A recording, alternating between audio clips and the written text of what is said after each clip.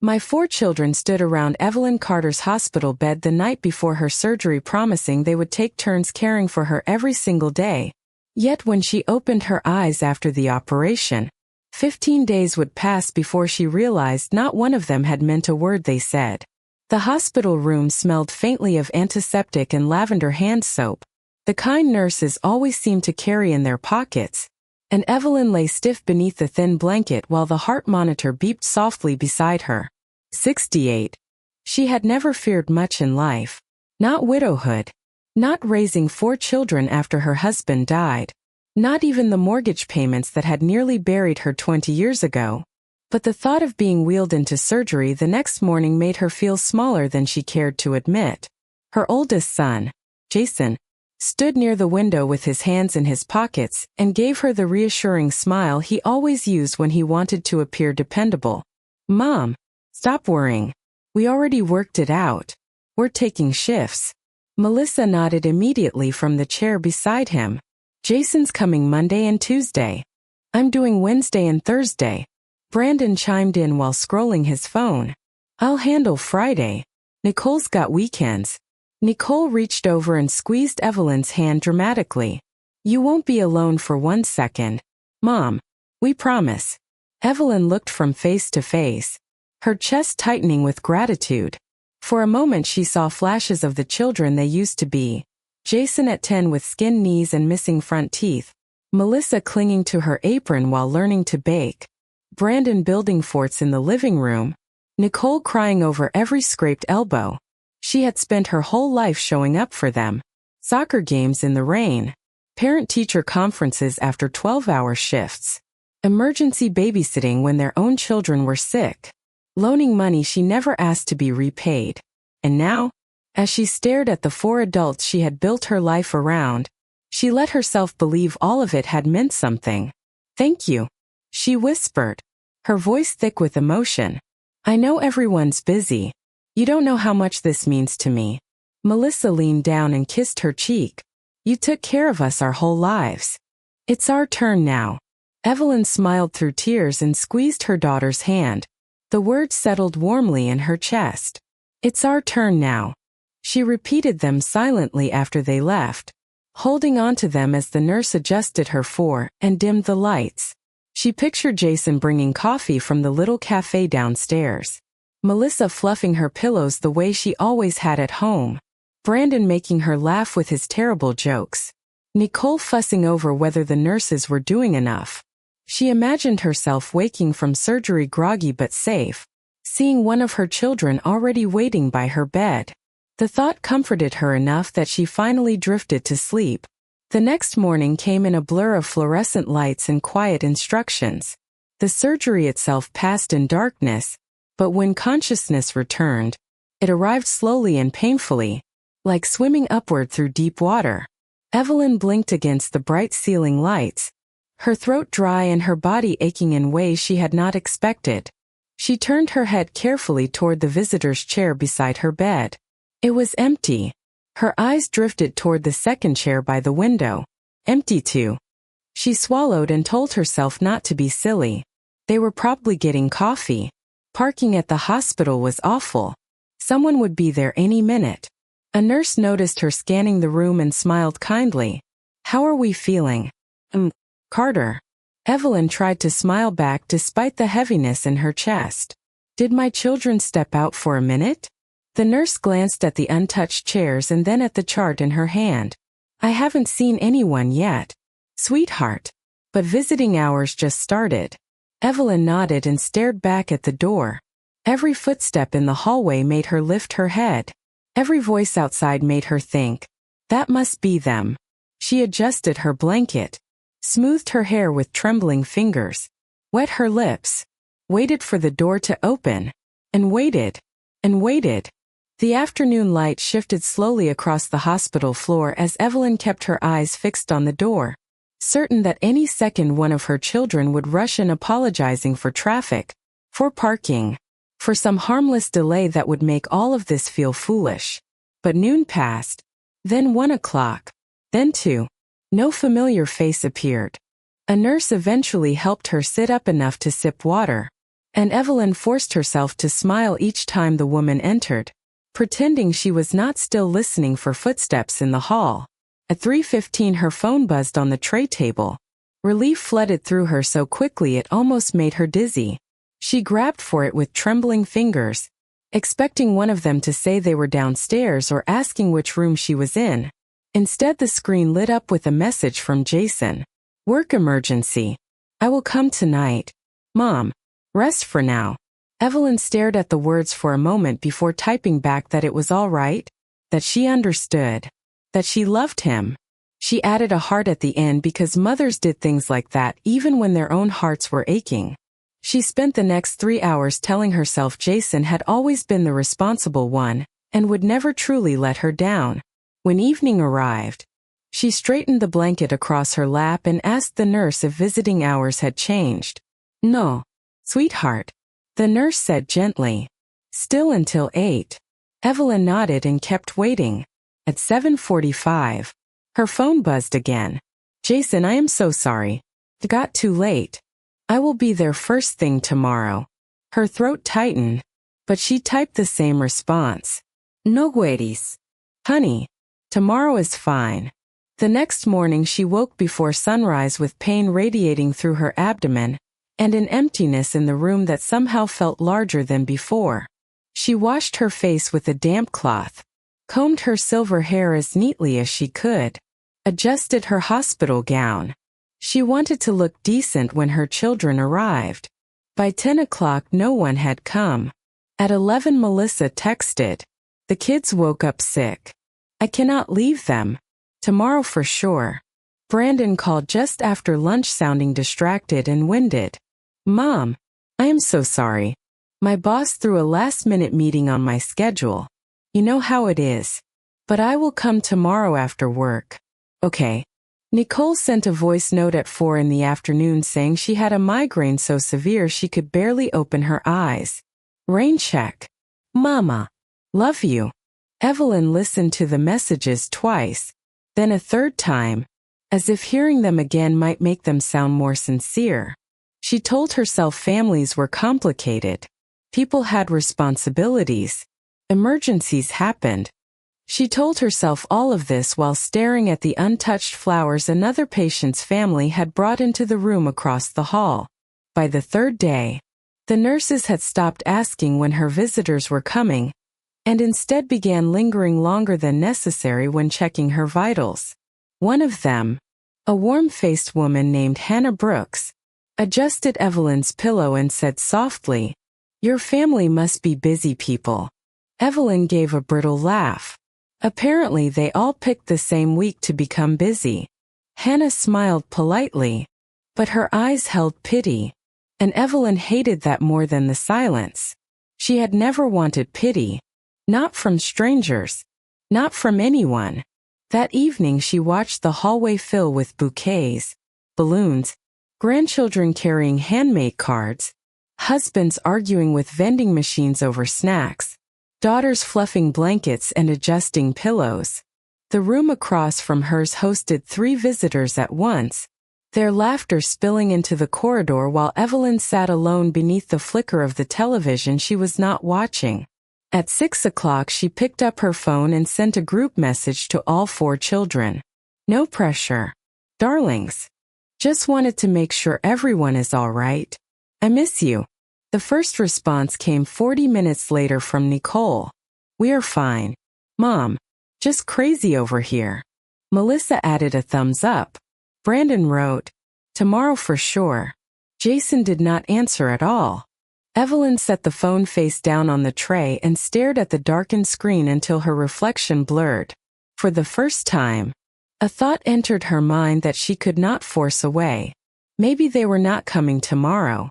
Maybe tomorrow had never meant tomorrow at all.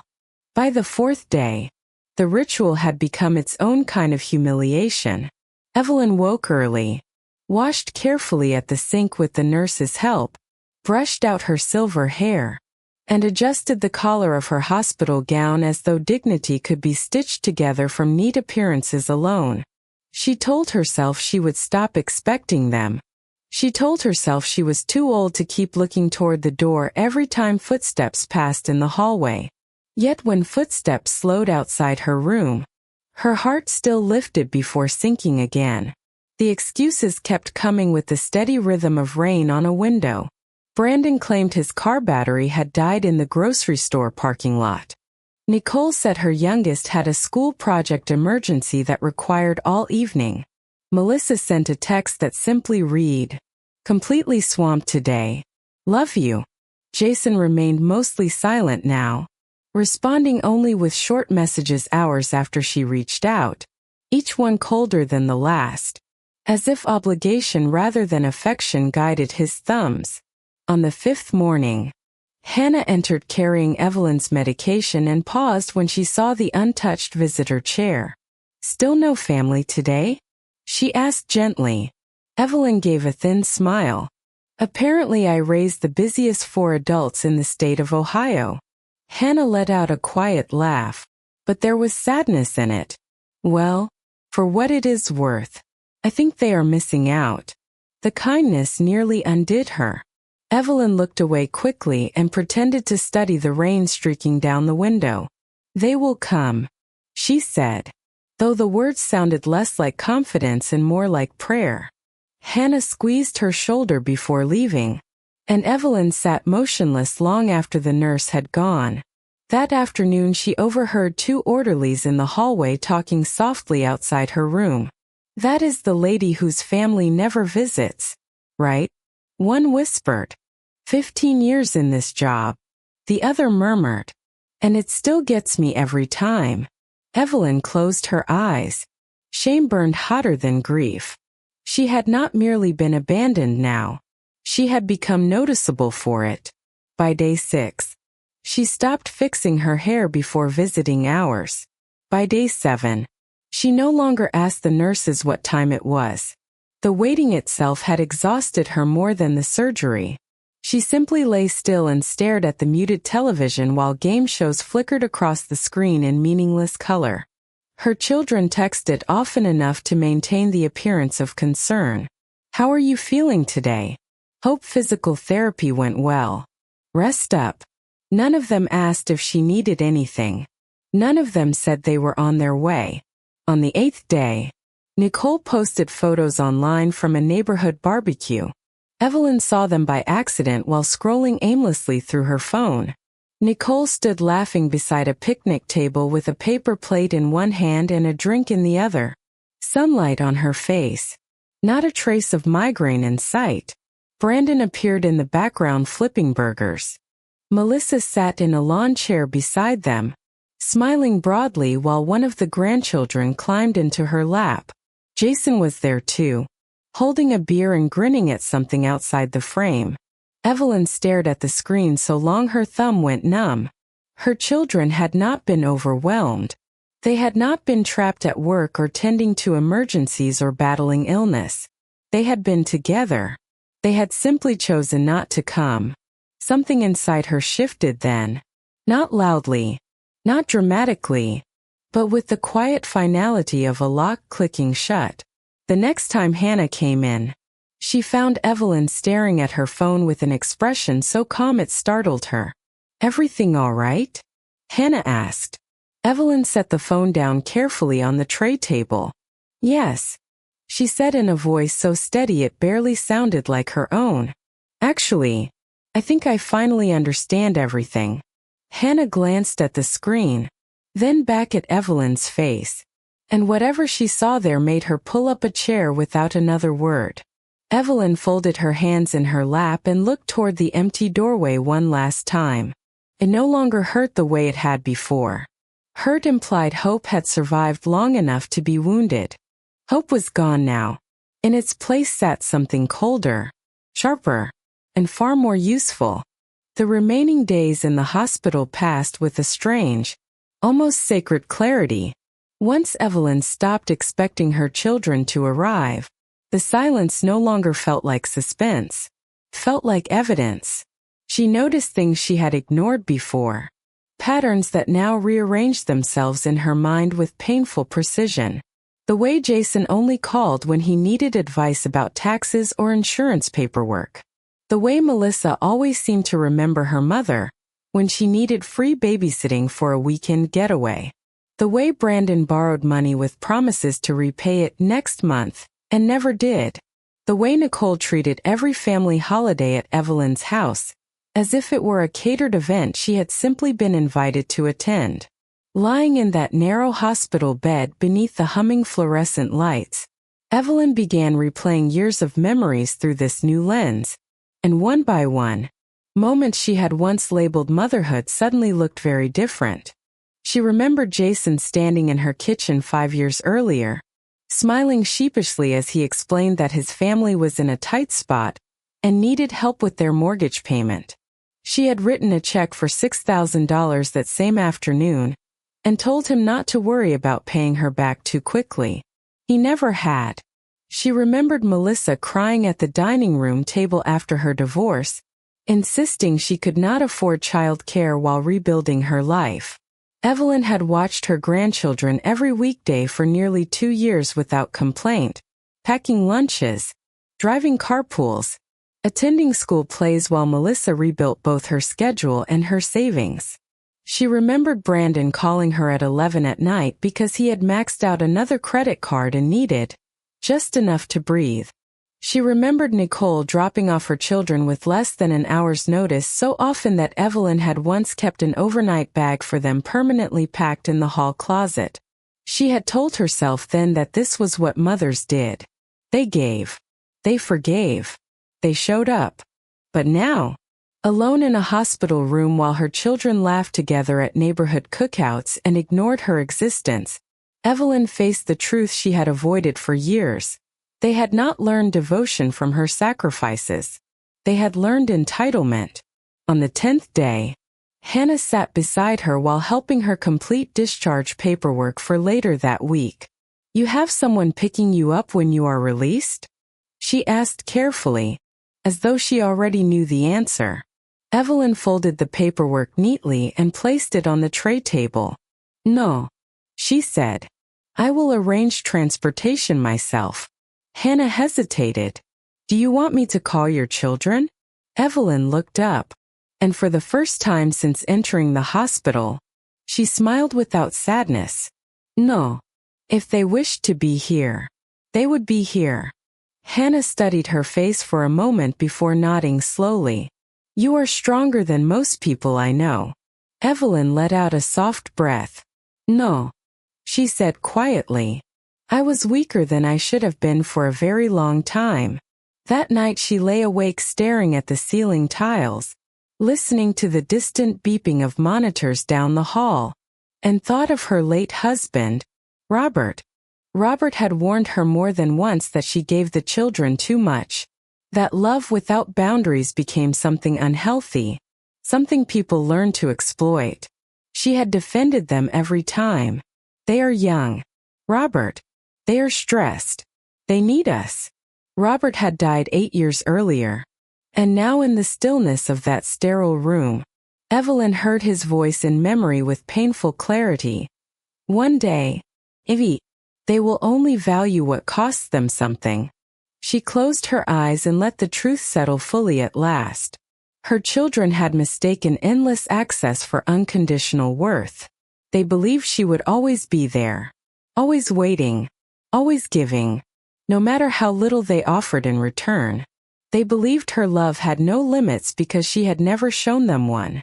By the 11th morning, Evelyn had made a decision so quietly that no one in the hospital noticed anything had changed. But beneath her calm expression, beneath the measured way she thanked nurses and took her medication and completed physical therapy, a new resolve had hardened into place.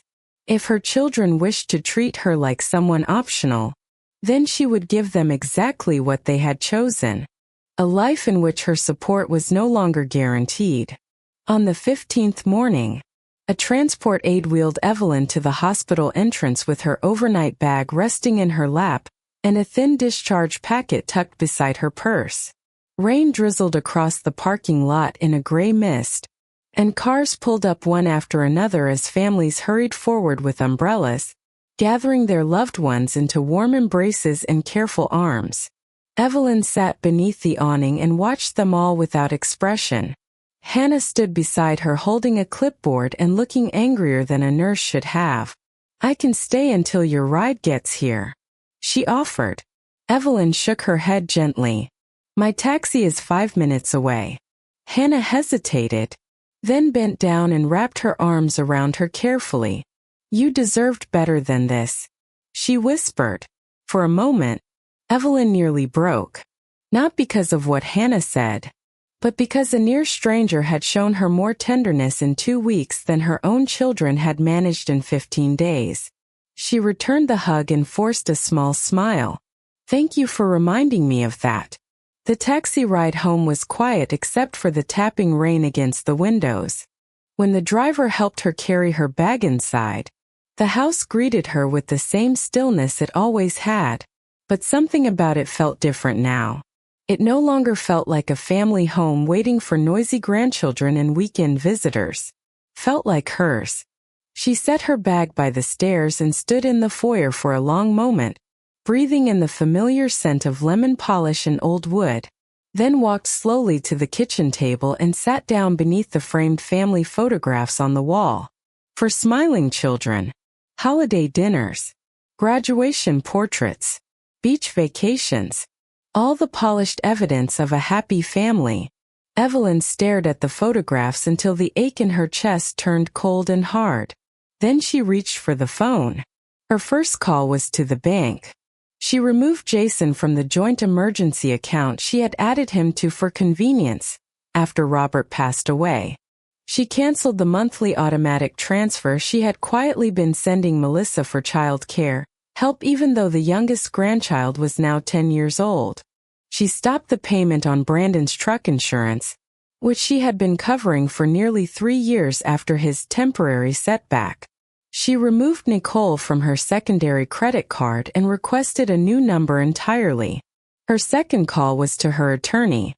"Margaret," she said when the familiar voice answered, "I need to update my estate documents immediately." There was a pause on the other end. "Is everything all right, Evelyn?" Evelyn looked toward the rain sliding down the kitchen window and answered with perfect calm, "No, but it will be." By evening she had changed her will, revised her beneficiaries, and arranged for the bulk of her estate to be redirected into trusts for her grandchildren with strict conditions and independent management. Not 1 cent would pass directly through her children's hands. She also set aside a generous donation to the Hospital Foundation in honor of Hannah Brooks, whose compassion had reached her when blood family would not. She worked through each document methodically, without tears, without hesitation. The next 3 days passed in silence. None of her children called to ask how her recovery was going. None came by to check if she had made it home safely. It was on the 4th day after discharge that the panic began. Jason called first. "Mom, did something happen with the account? I tried to move money for the property tax and got locked out." Evelyn stirred cream into her coffee before answering. "Yes. I closed your access." Silence. Then confusion. Then offense. Melissa called 20 minutes later, voice tight with irritation. "My transfer did not come through this month. Was that a mistake?" "No," Evelyn said simply. Brandon texted 6 times in a row when his insurance company notified him his policy had lapsed. Nicole left a voicemail asking why her card had been declined at a department store in front of her friends. By sunset, all 4 of them were calling repeatedly, their messages shifting from confusion to frustration to indignation. Evelyn let every call go to voicemail. She sat in her armchair by the living room window with the phone on silent in her lap, listening to it buzz and buzz and buzz while rain streaked the glass outside. 15 days she had waited in silence for them. Now, for the first time in her life, they could wait for her. The next morning, Jason arrived first, pounding on Evelyn's front door with the sharp, offended urgency of a man who believed he had been wronged. Melissa's SUV pulled into the driveway behind him before Evelyn had even reached the foyer, followed moments later by Brandon's truck and Nicole's sedan. For the first time in weeks, all 4 of her children had appeared at her house without being asked. Evelyn opened the door slowly, one hand still resting on her cane, and looked at their anxious, irritated faces lined up on her porch. Not one of them asked how she was feeling.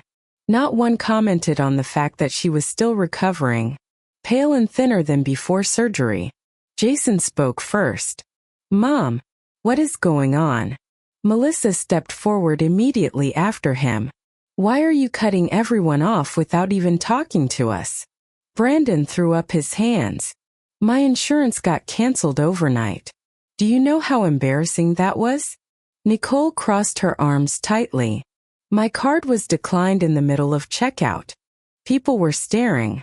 Evelyn looked from face to face, taking in their flushed cheeks, their righteous anger, the complete absence of concern behind any of it. Then she stepped aside and said calmly, "Come in." They followed her into the living room, all speaking over one another until she raised a hand and silence fell almost instantly. It struck Evelyn then that they still knew how to obey her when her tone demanded it. She lowered herself carefully into her armchair and folded her hands in her lap. Her children remained standing, tense and impatient like customers at a complaint desk. Jason exhaled sharply. "Well?" Evelyn met his gaze. "I decided I will no longer be financially supporting grown adults who do not know how to show up for their own mother." The room went still. Melissa blinked. "What does that have to do with anything?" Evelyn stared at her daughter for so long that Melissa's expression faltered. "Anything?" Evelyn repeated softly. "I spent 15 days in a hospital bed after surgery." Brandon shifted uncomfortably. Nicole looked away first. Jason's jaw tightened. "Mom," we explained. "We were busy." Evelyn gave a quiet, humorless laugh. "Busy attending barbecues together?" For faces froze at once. Melissa's mouth parted. Brandon looked toward Nicole. Nicole's eyes widened in panic. Evelyn nodded slowly. "Yes, I saw the photographs." No one spoke. She continued in the same calm voice. "Do you know what I did every morning in that hospital? I brushed my hair. I straightened my gown. I waited for one of my children to walk through that door." Her voice did not rise. It did not crack. That somehow made every word land harder. "Do you know what I told the nurses when they asked where my family was? I defended you. Every single day. I made excuses for people who could not be bothered to drive 20 minutes to see whether their mother was alive and healing." Jason rubbed a hand over his face. "Mom, it was not like that." "Then tell me what it was like," Evelyn said, cutting him off with quiet precision. "Tell me why 4 adults who had time to gather for food and drinks could not spare 1 hour for the woman who raised them." No one answered. The silence stretched long enough to become its own confession. Evelyn leaned back slowly in her chair. "That is what I thought." Nicole's eyes filled with tears first. "Mom, we messed up." Brandon muttered. "We were going to come eventually." Evelyn's gaze sharpened. Eventually is what people say when they do not believe time matters until it is gone.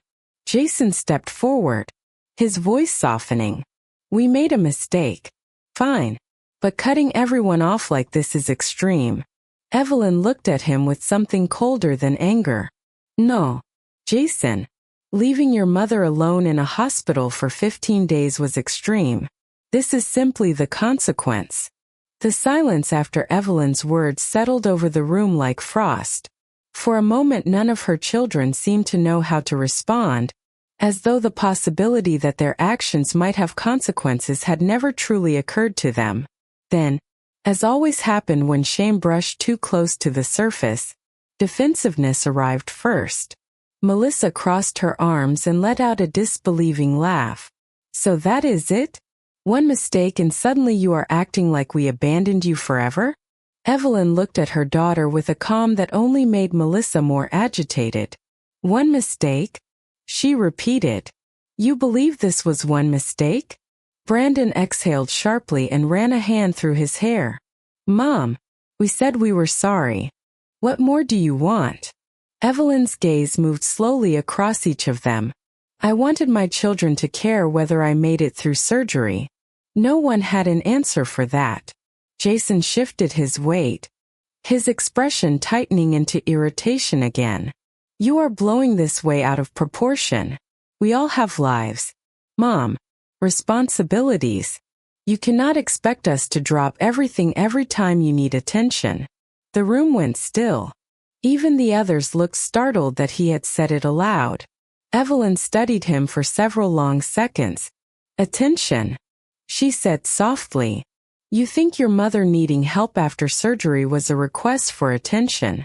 Jason's confidence faltered, but only for a moment. That is not what I meant. It is exactly what you meant, Evelyn replied. Nicole stepped in quickly, tears slipping down her cheeks now. Please, Mom, do not do this. We know we messed up. We should have been there. We just thought. We thought there would be more time. Evelyn's expression changed then, not to anger, but to something far sadder. That is the lie people tell themselves when they have never had to imagine life without someone. Her voice remained quiet, but every word struck with deliberate weight. You all assumed I would always be here, always available, always forgiving, always waiting, and because of that, you treated my presence in your lives like furniture. Something useful. Something permanent. Something you noticed only when it was gone. Brandon stared at the floor. Melissa's face had gone pale. Nicole wept openly now. Jason alone still looked stubborn, though uncertainty had begun creeping into his eyes. Evelyn rose carefully from her chair, leaning on her cane, and the motion alone reminded them all that she was still healing while they stood there arguing about inconveniences. Do you know what I realized in that hospital? She asked. I realized I was not your mother anymore in the ways that mattered to you.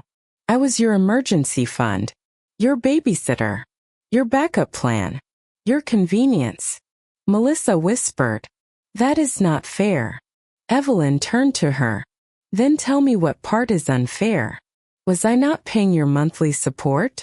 Was I not watching your children whenever you asked? Was I not helping each of you maintain lives more comfortable than your incomes allowed?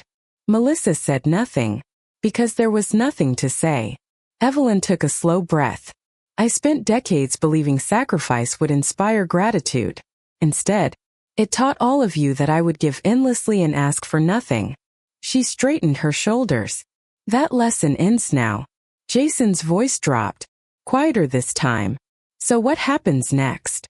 Evelyn met his eyes without flinching. Next, you live like adults. You pay your own bills, solve your own emergencies, raise your own children, and perhaps, if you ever decide you want a relationship with me that is built on love rather than access, we can discuss what remains of this family. Nicole stepped forward, desperate. Mom, please. We can fix this. Evelyn gave a slow, tired smile that held no warmth. No, sweetheart. You can try to rebuild it. But what was there before is gone.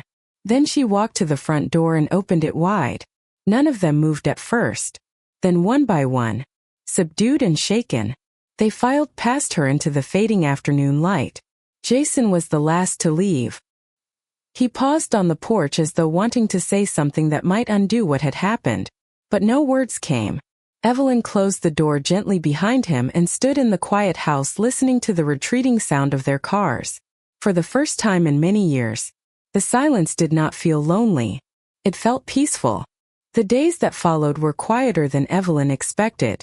Her children did not call for nearly a week, and the silence told her more than their apologies ever had. They were not reflecting. They were regrouping. She moved carefully through her recovery, attending physical therapy twice a week and taking slow walks through her neighborhood each morning. rebuilding strength in her body while something steadier rebuilt inside her mind. For the first time in decades, her days belonged entirely to her. No frantic calls asking for favors. No sudden drop-offs of grandchildren with diaper bags and excuses.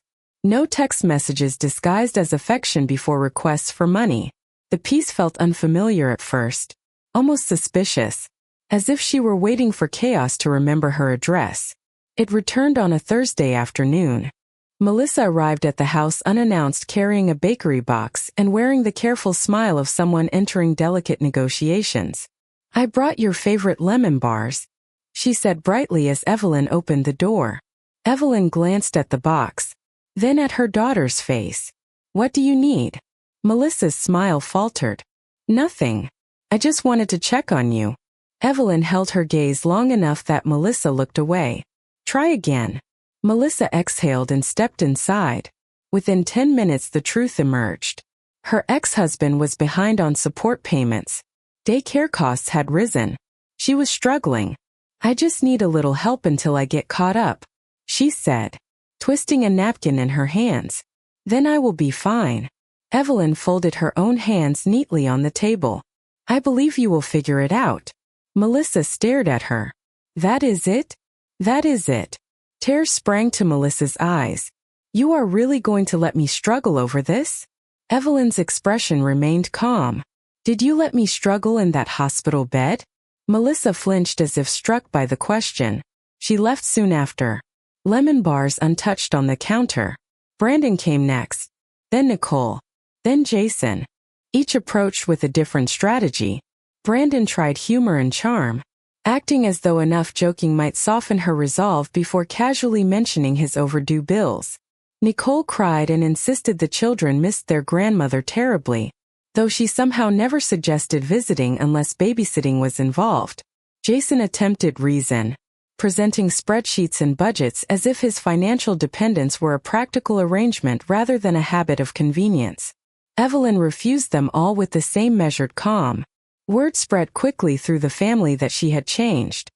Her sister called to ask if everything was all right because Melissa had been so worried about her mother's mental state. A cousin hinted that perhaps surgery and medication had made Evelyn emotional. Brandon told relatives she was punishing everyone over a misunderstanding. Evelyn listened to every rumor with detached amusement. It fascinated her how quickly concern for her well-being appeared only after her money disappeared. Then came Sunday dinner. For nearly 20 years, Evelyn had hosted family dinner every second Sunday of the month. She cooked. She cleaned. She paid for groceries. She prepared enough food for children, spouses, and grandchildren alike while everyone else arrived hungry and left with leftovers. This time, when Sunday approached, her children texted to ask what time dinner would be. Evelyn answered with one sentence. "There will be no family dinner this month, or next month, or any month until further notice." Nicole called immediately. "Mom, the kids look forward to that. Then perhaps their parents should start cooking for them."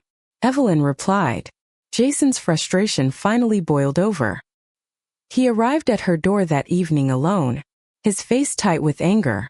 "What exactly are you trying to prove?" he demanded. Evelyn stood in the doorway and met his stare. "That I am a person, Jason, not a service." He let out a bitter laugh. "You are enjoying this, are not you? Making everyone suffer so you can feel important." Evelyn's eyes sharpened. "No, I am simply allowing all of you to experience life without the labor you took for granted." He stared at her, speechless for once. She stepped closer, her voice quiet and absolute. "And if that feels like suffering to you, then perhaps you should think very carefully about what that says." Jason stood frozen on the porch after Evelyn's words, but for once he had no quick reply. No practiced defense. No convenient way to twist reality back into something that protected his pride. He left without another word. And in the weeks that followed, the family dynamic shifted in ways none of them had expected. First, the children treated Evelyn's boundaries like a temporary tantrum, something she would eventually tire of maintaining. They waited for her to soften. They expected guilt to drag her back into old habits. But the days turned into weeks, and the weeks into months, and Evelyn did not bend. She spent autumn rebuilding a life that belonged to no one but herself. She joined a watercolor class at the community center on Tuesdays. She began attending a book club Hannah had recommended after the nurse visited one weekend with flowers and a warm hug. She took weekend drives through the countryside just because she could. She slept later. She cooked smaller meals. She learned that peace, once tasted, becomes difficult to surrender. Her children still called, but less often now, and when they did, it was with a caution that had never existed before. They had learned at last that access to their mother was no longer automatic. Then, in early December, something happened Evelyn had not expected. There came a knock at her door one snowy evening just after 6. When she opened it, Nicole stood there alone, cheeks red from the cold, tears already in her eyes. "Can I come in?" she asked softly. Evelyn hesitated, then stepped aside. Nicole sat at the kitchen table twisting her gloves in her lap for nearly a full minute before speaking. "I have been angry at you for months," she admitted.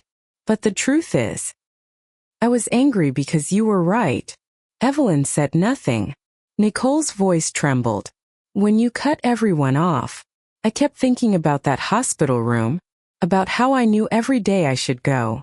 And every day I told myself tomorrow would be fine. I kept assuming there would be another day to make it right." Tears slipped down her face. "Then last week my daughter asked why Grandma does not come around anymore. And I realized I had to explain to my child that I treated my own mother so badly she stopped wanting to see me." Evelyn looked at her youngest daughter for a long moment, searching for manipulation, for performance, for the familiar shape of guilt used as currency. But what she found instead was shame. Real shame. The kind that changes people if they let it. Nicole whispered, "I do not want my children learning from me what I learned from us." Evelyn's throat tightened. "Neither do I." Nicole began to cry in earnest then, and for the first time in many months, Evelyn reached across the table and took her daughter's hand. "An apology does not erase what happened," she said gently. "I know," Nicole whispered. "I just wanted you to know I finally understand." Word spread quietly after that. Nicole began visiting once a week with no requests attached. Sometimes she brought groceries, sometimes coffee, sometimes nothing but conversation. Slowly, awkwardly, the others noticed.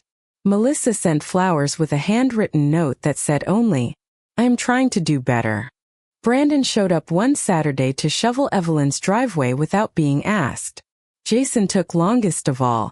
But 3 days before Christmas, he stood on her porch holding a small wrapped box and looking more uncertain than Evelyn had seen him since childhood.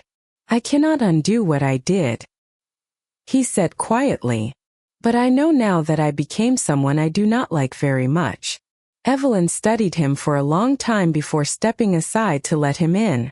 Healing was not immediate. Trust did not magically return. Some wounds close slowly, and some never fully do. But what changed from that winter forward was this. Her children no longer mistook her love for obligation. They no longer treated her presence as guaranteed. And when family gathered again at Evelyn's house months later, seated around the same dining table where she had once spent years overgiving to people who barely noticed, there was something new in the room alongside the laughter and conversation. Respect. Real respect.